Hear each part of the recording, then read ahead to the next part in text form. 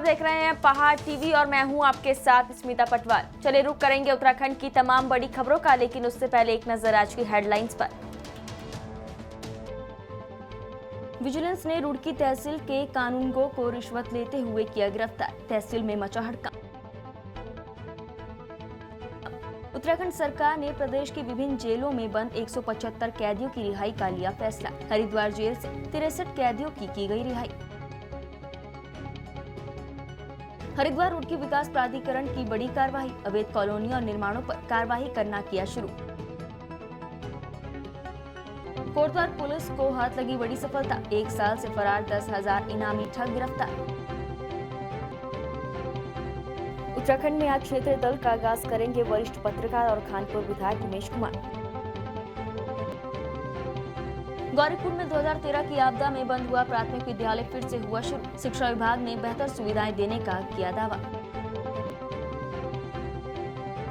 मुख्यमंत्री पुष्कर सिंह धामी ने शुक्रवार को सचिवालय में विजिलेंस विभाग द्वारा निर्मित ऐप भ्रष्टाचार मुक्त उत्तराखंड 1064 का शुभारंभ किया। मुख्यमंत्री ने कहा कि इस ऐप का क्रियान्वयन मजबूती से किया जाएगा। मुख्यमंत्री ने कहा कि ऐप पर जो भी शिकायतें आती हैं, उनका यथाशीघ्र निस्तारण किया जाए। यदि किसी शिकायतकर्ता की शिकायत विजिलेंस से संबंधित नहीं है तो उसे सीएम हेल्पलाइन और संबंधित विभाग को भेजा जाए। ये भी सुनिश्चित किया जाए कि शिकायतकर्ता द्वारा जो शिकायत की गई उसके स्टेटस अपडेट की पूरी जानकारी उन्हें मिले। इस अवसर पर मुख्यमंत्री ने सतर्कता विभाग के 2 इंस्पेक्टर को विवेचना करने के लिए टैबलेट भी प्रदान किए। सतर्कता विभाग के अन्य कार्मिकों को भी विवेचना के लिए टैबलेट दिए जाएंगे।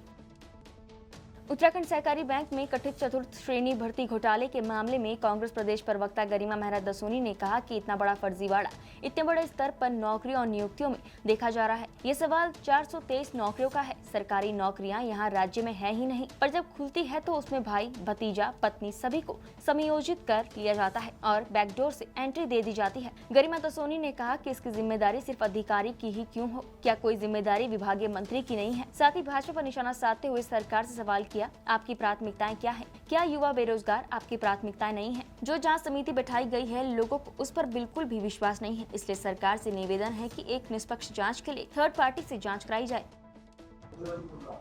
एक अजब गजब सरकार यहाँ देखने को मिल रही है। इतना बड़ा फर्जीवाड़ा, इतने बड़े स्तर पर भ्रष्टाचार नौकरियों में देखा गया है, नियुक्तियों में देखा गया है और 423 नौकरियों का सवाल है। पहले तो सरकारी नौकरियां यहाँ अवेलेबल नहीं है राज्य के अंदर, और जब खुलती हैं तो उसमें भाई, भतीजा, साला, पत्नी सबको समायोजित कर दिया जाता है, बैकडोर से एंट्री दे दी जाती है। जब इसका खुलासा होता है तो गाज गिरती है अधिकारियों के ऊपर। सिर्फ अधिकारियों के ऊपर गाज क्यों गिरे? क्या कोई जवाबदेही विभागीय सचिव की नहीं है? क्या कोई जिम्मेदारी विभागीय मंत्री की नहीं है? ऐसे में आपने जांच बैठाई तो विभागीय सचिव की अध्यक्षता में जांच बैठाई, जो कि खुद पूरे के पूरे इस आरोपों के घेरे में है, संदेह में है। एक थर्ड पार्टी जांच क्यों नहीं हो सकती? एक न्यूट्रल एजेंसी से जांच क्यों नहीं हो सकती? कोई SIT गठित क्यों नहीं की जा सकती? मीनाक्षी सुंदरम पिछले 5 साल विभागीय सचिव थे सहकारिता के और धन सिंह रावत मंत्री थे। इस बार नई सरकार में भी वही देखने को मिल रहा है कि विभागीय सचिव मीनाक्षी सुंदरम हैं और मंत्री भी विभाग के धन सिंह रावत हैं। ऐसे में ये दोनों ही व्यक्ति, इनकी भूमिका भी संदिग्ध है। तो जो जांच समिति बैठाई गई है उस पे लोगों को बिल्कुल भी विश्वास नहीं है। इसलिए हम सरकार से निवेदन करते हैं, एक निष्पक्ष जांच के लिए बहुत ज़रूरी है कि आप किसी थर्ड पार्टी से जांच करवाइए। देहरादून के मियांवाला निवासी शिव सिंह, जिनकी उम्र 80 वर्ष है, वो बीती 4 अप्रैल से दून हॉस्पिटल से लापता है। जिस किसी को भी लापता व्यक्ति के बारे में कोई भी जानकारी मिले तो दिए गए नंबर पर सूचित करें। उत्तराखंड सरकार ने प्रदेश की विभिन्न जेलों में बंद 175 कैदियों की रिहाई का फैसला लिया है। आदेश मिलने के बाद हरिद्वार जेल से भी 63 कैदियों की रिहाई की गई है। ये सब कैदी अलग अलग मामलों में आजीवन कारावास की सजा काट रहे थे। जेल रिहा हुए कैदी सजा माफी पर भावुक दिखाई दिए, तो वहीं दूसरी ओर इनके साथी कैदियों की खुशियों का ठिकाना न रहा। अपने साथी कैदियों की रिहाई की खुशी में जेल में बंद कैदियों ने जमकर डांस किया। वहीं रिहा हुए कैदियों ने अपनी गलतियों पर पछतावा दिखाते हुए नए सिरे से जीवन की शुरुआत करने की बात कही। उन्होंने अन्य लोगों से भी अपील की है कि बुराई के रास्ते पर चलने का अंजाम बुरा होता है, इसलिए जीवन में कठिनाइयों का सामना करें और हमेशा सही मार्ग पर चलें। ये नया जीवन मिला हमको 22 साल के बाद। पहला जन्म तो जाने अनजाने में कैसे हुआ होगा, लेकिन ये हमको नया जीवन मिला है और इसको नया जीवन प्रदान करने में हमारी सबसे भूमिका रही है हमारे साहब की, जिन्होंने हम लोगों के रास्ता दिखाया और इस पर चलने का हमें प्रेरणा दी। अन्य हम जाने के अंधेरे में भटक रहे थे 22 साल से। अब क्या और मैं यही दुआ करूंगा सब बंदी भाइयों से बाहर भी जाकर कि पुण्य अपराध की ओर ना जाए, ना ही एक बुरा समय किसी का सहयोगी रहा। अच्छे समय सोचे, अच्छा खाएं, अच्छा पहने और बुरी संगत से हमेशा दूर रहें, बुरे लोगों से दूर रहें। मैं एक मध्यवर्गीय किसान परिवार से हूँ और मैं यही चाहूँगा कि इस बुरे समय को त्याग करके अपना प्रायश्चित करके नई ज़िंदगी अपना जीवन शुरू करूँ, फिर अपनी खेती बाड़ी करूँ। लोगों को ये शिक्षा दूँ कि जो लोग बुरा सोचते हैं उनके साथ ना चलें कभी भी। उत्तराखंड राज्य सरकार द्वारा बंदियों की जो है समय पूर्व मुक्ति हेतु नीति बनाई गई है। उसी नीति के तहत जो है इस कारागार के भी जो पात्र बंदी हैं वो आज इस कारागार से मुक्त हो रहे हैं। स्पेशली जिन लोगों ने 16 वर्ष से अधिक की सज़ा इस कारागार में भुगत ली है, वैसे सिद्धे दोष बंदी आज कारागार से रिहा हो रहे हैं और रिहा होने वाले कुल बंदियों की संख्या 63 है। ये जो सभी बंदी हैं वो आजीवन कारावास की उन्हें सजा हुई थी और उत्तराखंड राज्य के विभिन्न जिलों से वे संबंधित। संपत्ति के अवैध कब्जे के मामले पर कांग्रेस प्रदेश प्रवक्ता गरिमा मेहरा दसूनी ने कहा कि विडंबना तो यही है कि उत्तराखंड आधे नेताओं और आधे अधिकारियों की भेंट चढ़ गया है। अब वक्त आ गया है कि जो 22 साल से उत्तराखंड को दीमक की तरह चाट रहे हैं वो अधिकारी और नेता चिन्हित होने चाहिए। भाजपा पर हमला करते हुए उन्होंने कहा कि जो वर्तमान सरकार है उसमें कुछ मंत्री ऐसे हैं जिन्होंने आधे देहरादून की जमीनों पर कब्जा कर रखा है। विडंबना तो यही है कि उत्तराखंड आधा नेताओं की भेंट चढ़ गया और आधा इन अधिकारियों की भेंट चढ़ गया। आखिर अब वक्त आ गया है कि ये जो उत्तराखंड को दीमक की तरह चाट रहे हैं 22 साल से, वो अधिकारी और वो नेता चिन्हित होने चाहिए। कौन कहां कितनी जमीन दबाकर बैठा है ये चिन्हित होनी चाहिए। इवन जो वर्तमान सरकार चल रही है उसमें मैं दावे से कह सकती हूँ कुछ मंत्री ऐसे हैं जिन्होंने आधा जो है पूरा देहरादून की जमीनों पर कब्जा कर रखा। चाहे पुरकुल चले जाइए, अनारवाला, गलजवाड़ी, ये सारे एक नेता की जमीनें यहाँ आपको मिल जाएंगी। वैसे ही एक IPS अधिकारी का मामला सामने आ रहा है जिसमें एक संदिग्ध मौत भी हो गई प्रत्यक्ष गवाह की, और जिसके पास सारे दस्तावेज थे, जिसने याचिका दायर करी, उसी की मौत हो जाती है दुर्घटना में। तो कहीं ना कहीं दाल में काला नहीं, पूरी दाल ही काली नजर आ रही है। वरिष्ठ पत्रकार और खानपुर विधायक उमेश कुमार ने बताया कि वो 9 अप्रैल यानी कि आज एक क्षेत्रीय पार्टी के नाम की घोषणा करने जा रहे हैं जिसमें उत्तराखंड के पूरे 13 जिलों से युवा, बुजुर्ग और अन्य काफी लोग जुड़ रहे हैं। इस पार्टी का मुख्य उद्देश्य उत्तराखंड को नए आयाम तक पहुंचाना है। विधायक उमेश कुमार ने बताया कि उत्तराखंड कई शहीदों की शहादत के बाद हमें मिला है। उन शहीदों ने उस समय जो उत्तराखंड का सपना देखा था आज वो वैसा बिल्कुल नहीं है। वहीं ये नेता लोग सबके सब अपनी तिजोरियां भरने में लगे हुए हैं। साथ ही उन्होंने बताया कि आज नई पार्टी का गठन कर उसके नाम की विधिवत घोषणा की जाएगी और उत्तराखंड को विकास की ओर ले जाने में पूरी शिद्दत के साथ प्रयास किया जाएगा। हरिद्वार में अवैध खनन पर जिला प्रशासन ने बड़ी कार्रवाई की है। इब्राहिमपुर में 4 स्टोन क्रशर को जिला प्रशासन द्वारा सीज कर दिया गया है। आपको बता दें कि लंबे समय से यहां अवैध खनन चल रहा था। तहसीलदार और खनन अधिकारी के नेतृत्व में ये कार्रवाई की गई है। रुद्रप्रयाग जिले के नगर पंचायत अगस्त्य मुनि के एक संविदा कूड़ा भंडार गृह में फांसी लगाकर एक युवक ने आत्महत्या कर ली। सूचना मिलने पर मौके पर पहुंची पुलिस टीम ने शव को कब्जे में लेकर पोस्टमार्टम के लिए भेज दिया है। बताया जा रहा है कि संविदा कर्मचारी हर्षवर्धन रावत नगर पंचायत के टैक्स वसूली का कार्य करता था। मृतक के 2 बच्चे हैं। छोटे बच्चे का जन्म 6 महीने पहले ही हुआ है। पुलिस ने मामले में जाँच शुरू कर दी है। घटना के बाद से नगर पंचायत में हड़कंप मचा है। रुड़की में विजिलेंस की टीम ने छापेमारी करते हुए कानूनगो को रिश्वत लेते हुए रंगे हाथ गिरफ्तार किया है। मौके पर पहुंची विजिलेंस और पुलिस टीम मामले में कागजी कार्यवाही में जुट गई थी। वहीं विजिलेंस की कार्यवाही के दौरान तहसील में हड़कंप मच गया। फिलहाल मिली जानकारी के अनुसार रुड़की तहसील में तैनात कानूनगो राजकुमार सैनी ने एक महिला से किसी कार्य के लिए रिश्वत की मांग की थी। महिला ने मामले की शिकायत विजिलेंस को की और जानकारी के अनुसार महिला कल 15,000 रुपए लेकर कानूनगो के पास पहुंची। जैसे ही कानूनगो ने पैसे लिए उससे पहले ही तैनात विजिलेंस की टीम ने उसे दबोच लिया। वहीं विजिलेंस की कार्यवाही के दौरान तहसील में हड़कंप मचा रहा। वहीं मौके पर सिविल लाइंस कोतवाली इंस्पेक्टर देवेंद्र सिंह चौहान, गंग नहर कोतवाली प्रभारी ऐश्वर्य पाल मौजूद रहे। वहीं इस दौरान लोगों की भारी भीड़ मौके पर जमा हो गई। यूपी के बाद अब उत्तराखंड में भी बुलडोजर का कहर मच रहा है। हरिद्वार रूट के विकास प्राधिकरण ने अवैध कॉलोनियों और निर्माणों पर कार्रवाई करना शुरू कर दिया है। इसी क्रम में शुक्रवार को HRD के असिस्टेंट इंजीनियर TP नौटियाल के नेतृत्व में प्रशासनिक टीम मौके पर पहुंची। हरिद्वार के सुमन नगर में अवैध कॉलोनियों की सीलिंग की कार्रवाई की गई। इस दौरान पिछले दिनों इस क्षेत्र में नियमों को ताक पर रखकर डेवलप हुई कॉलोनियों पर कार्रवाई की गई। पहले दिन 4 कॉलोनियों के खिलाफ सीलिंग की कार्रवाई की गई, जिसमें इन कॉलोनियों को तार बाड़ से HRDA की टीम ने सील किया और इनके कॉलोनाइजर्स को नोटिस थमाया।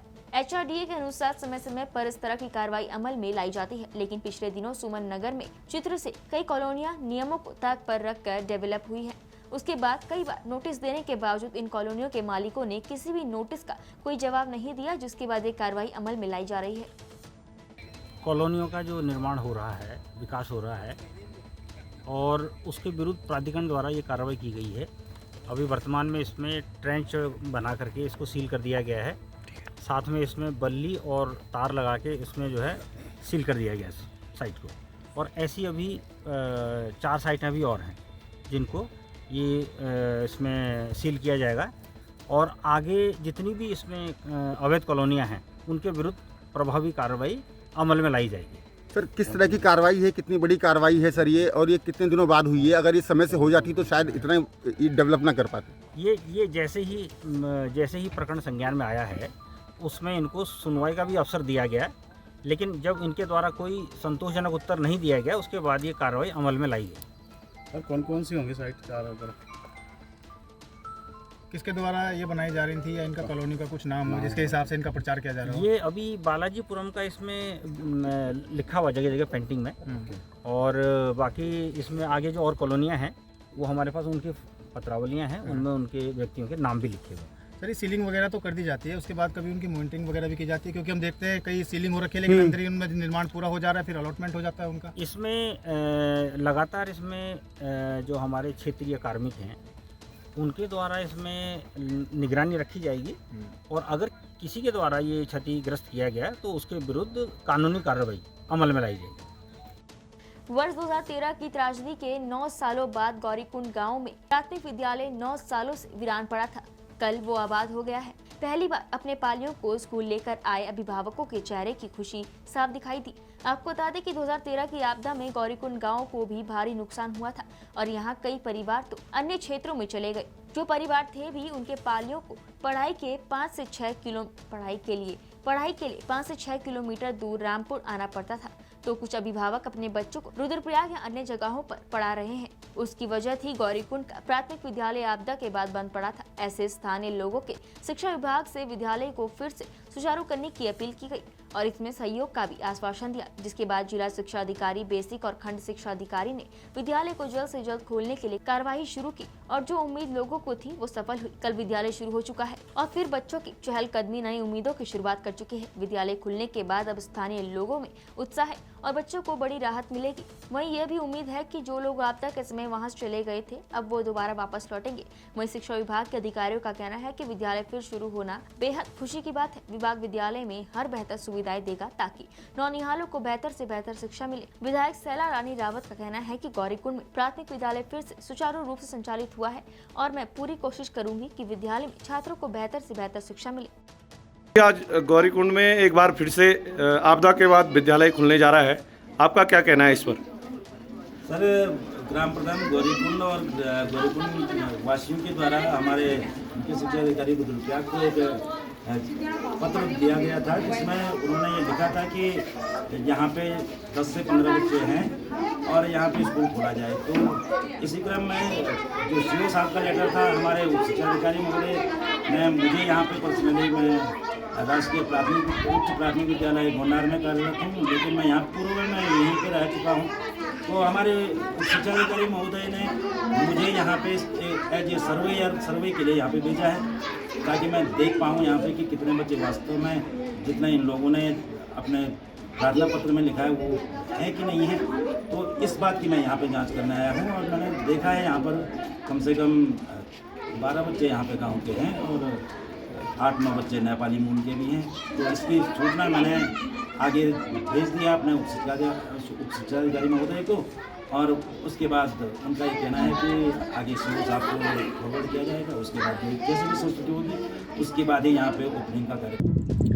आज जो है गौरीकुंड में आपदा के बाद 9 साल बाद प्राइमरी स्कूल शुरू हुआ। 15 बच्चे आ गए और वहाँ पे आज चंडिका देवी की पूजा भी है। गांव वालों ने मिलके फिर से पुनः निर्माण करके वहाँ पे पूजा अर्चना आरंभ की और अब गौरी माई का भी सौंदर्यकरण करने की आवश्यकता है। और अभी तक केदार धाम में तो पुनर्निर्माण का कार्य शुरू हो गया, लेकिन गौरीकुंड में अभी भी अव्यवस्थित है और हम लोग पूरा करने का प्रयास कर रहे हैं, क्योंकि ये गौरीकुंड हमारा जो है प्रवेश द्वार है केदार धाम का, और इस बार बहुत अच्छी यात्रा चलने वाली है। और मैं माननीय मुख्यमंत्री जी के पास जाके इस संबंध में बात करने वाली हूँ, और उसमें ये है कि हमारे जो भी आपदा के बाद हमारे तीर्थ धाम जो अव्यवस्थित हुए, टूट गए, बह गए, उनके पुनर्निर्माण की ज़रूरत है, ताकि हम फिर से यहाँ पे अपना ये जो देवभूमि है, जो हमारा तीर्थ स्थान है, उसको सुव्यवस्थित कर सकें। कोटद्वार पुलिस को बड़ी सफलता हाथ लगी है। आपको बताते ही कोटद्वार और उसके आसपास के क्षेत्रों में एटीएम की क्लोनिंग का एटीएम खाता धारकों के खातों से लाखों रुपए निकालने के बाद 1 वर्ष से फरार चल रहे 10 हजारी एसटीएफ हरियाणा की मदद से गिरफ्तार किया गया है। वहीं कोटद्वार कोतवाली के क्षेत्र अधिकारी गणेश लाल कोहली ने बताया कि पिछले वर्ष कोटद्वार कोतवाली में एक व्यक्ति द्वारा शिकायत दर्ज की गई थी कि उनके खाते से किसी ने 35,000 निकाल लिए हैं। पुलिस ने तुरंत इस मामले का संज्ञान लेते हुए टीम गठित की और सीसीटीवी फुटेज में 3 संदिग्ध लोगों को देखा गया। पुलिस ने तुरंत इन तीनों की तलाश शुरू की और इनमें से 2 को दिल्ली से गिरफ्तार लिया गया, मगर तीसरा आरोपी सतीश इंदिरा कॉलोनी रोहतक हरियाणा का रहने वाला फरार चल रहा था। पुलिस ने कई बार दबिश दी, मगर ये पुलिस को चकमा देकर फरार हो गया था। वहीं मुखबिर की सूचना पर हरियाणा एसटीएफ की मदद से इस ठग को गिरफ्तार किया गया। ये पिछले साल की 18 जनवरी की घटना है। एक व्यक्ति यहाँ पर राम प्रसाद जो वादी हैं, उन्होंने एक तहरीर थाने में दी कि उनके अकाउंट से 35,000 रुपये फ्रॉड करके निकाल दिए गए, जिसमें कि थाने में हमारे यहाँ तत्कालीन FIR वगैरह उसकी दर्ज हुई और उसकी सीसीटीवी के फुटेज के आधार पे 3 व्यक्ति प्रकाश में आए थे। तो पता लगा इन्होंने क्लोन करके ATM क्लोन के माध्यम से कोई डिवाइस लगाती है, उसी के माध्यम से इन्होंने 35,000 रुपये निकाल दिए थे।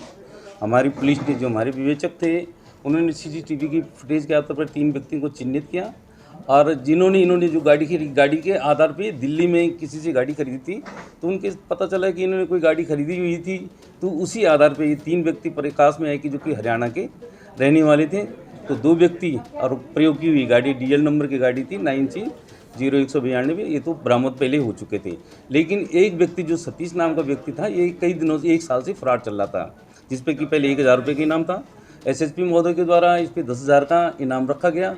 ये इतना सातिर किस्म का था कि कई बार हमारी पुलिस 2 बार दबिश देने गई, लेकिन ये पकड़ में नहीं आया। अब की बार हमारी टीम द्वारा कड़ी मेहनत या सुरागरेसी पतागरेसी करके रोहतक हरियाणा STF की मदद से, हरियाणा रोहतक ने बड़ी मदद की, हमारे STF की टीम ने, उनकी मदद से ये व्यक्ति आज 8/4/2022 को पकड़ा गया, जिसको कि इसने अपना कबूल फिर स्वीकार भी कर लिया है और इसको यहाँ पर लाया गया। अब इसको अभी माननीय न्यायालय में पेश किया जाएगा, जिसको कि पुलिस परीक्षा में जेल भेज दिया जाएगा।